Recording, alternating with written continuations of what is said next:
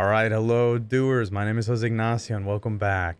Now here at Stealthywood, our business is expanding, especially in the morning.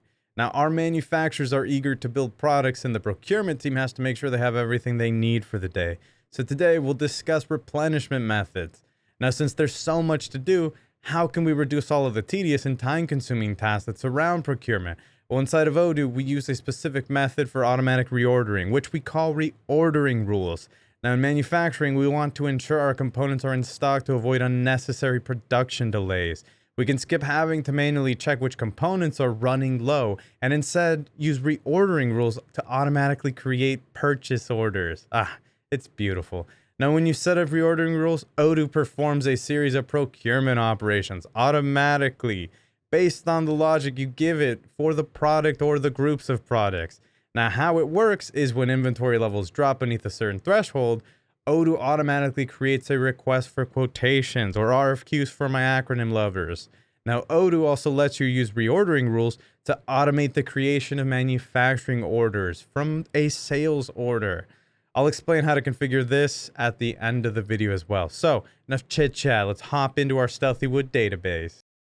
All right, Odooers, let's start by setting up reordering rules for a wood panel component. Now, first, let's take a look at the bill of materials for the wood panel. So we're going to head into manufacturing app, products, bill of materials, wood panel. Now, we can see that the wood panel consists of 3 ply layers and a wear layer.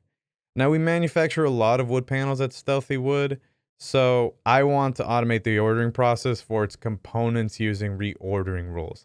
Now I can set up reordering rules directly on the product itself.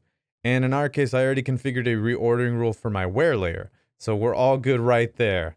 But let's see one set up for my ply layer. So I'm actually going to go into the ply layer product form by clicking right onto it through this little direct link. An important thing to note here, before I set up any actual reordering rules, I need to designate a vendor on the purchase tab of the product template. Now, since we need to let Odoo know who to purchase from, it's very helpful and required. So in our case, once that you're there, you can actually see that I have a few vendors already set up and I could add more if I wanted to. And if I want, I can also change the order by clicking and dragging them up and down. Now, another thing to keep in mind, the order of these vendors actually matters. With reordering rules, Odoo will automatically create requests for quotations to the vendor placed at the top of the list. In our case, Wood Corner. Now that we know at least one vendor is selected and listed, let's go ahead and set up our reordering rule. So we're going to select our smart button. And we're going to go right in there. Now here I can set a minimum and maximum quantities. These values tell Odoo how much of a component we want to keep in stock and when to create a request for quotation. So in our case, we're going to do 10 and 100. And this looks good. Now, I also want to note that you can view and create reordering rules in the inventory app under the configuration menu instead of just going through the product form. Now, this is helpful for keeping track of all of the reordering rules that are set up since they can be seen and managed in one place. All right, up next, let's see what happens when we create an MO for our wood panel. So we're going to go back into our manufacturing app, operations menu, manufacturing orders, new one, follow me here. And we're going to do this wood panel and we're going to confirm it. Now, what just happened, Odooers? Well, Odoo lets us know when the components are unavailable with these red not available forecast icons. I don't like them. Now, since we are out of stock, let's head to the purchase app to see if an RFQ has been created from our reordering rules. So we can go back over here and into purchase. There we go. Beautiful, Odooers. You can see what, Odooers, that the quantity ordered reflects the maximum quantity we set on our reordering rules, while also taking the manufacturing order's demand into account. Now we want to have what? We wanted to have 100 pieces in stock of each component, but we used 3 ply layers and 1 wear layer in our current manufacturing order. So what did Odoo do? It ordered 103 and 101 because math, Odooers. Now, while Odoo automatically generates an RFQ for us, we still have to manually confirm the order, receive the products into our inventory, and also validate it. Now, for the purposes of this video, in our case, we're going to go ahead and do that since we have the fastest vendors and procurement team in town. Really, Odooers, they're lightning fast. In fact, they just confirm it, receive it, and validate it.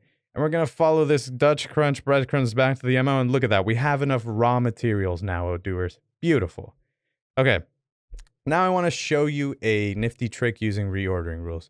We just saw how we can use reordering rules to automatically generate purchase orders, but we can also use them to create manufacturing orders whenever customers buy products that we manufacture in-house. There are a couple of different ways to automatically generate manufacturing orders from a sales order in Odoo. Now, one is by using the MTO route for manufactured products. Now, I cover this in a separate video, my MTO video, and I invite you to check it out if you haven't already. Now, we can also accomplish the same outcome by setting a reordering rule with both the minimum and max set to 0. Now, I'll use our table product as an example of how to do that. This time, I'll set up the reordering rules from the inventory app. So we're going to go into inventory.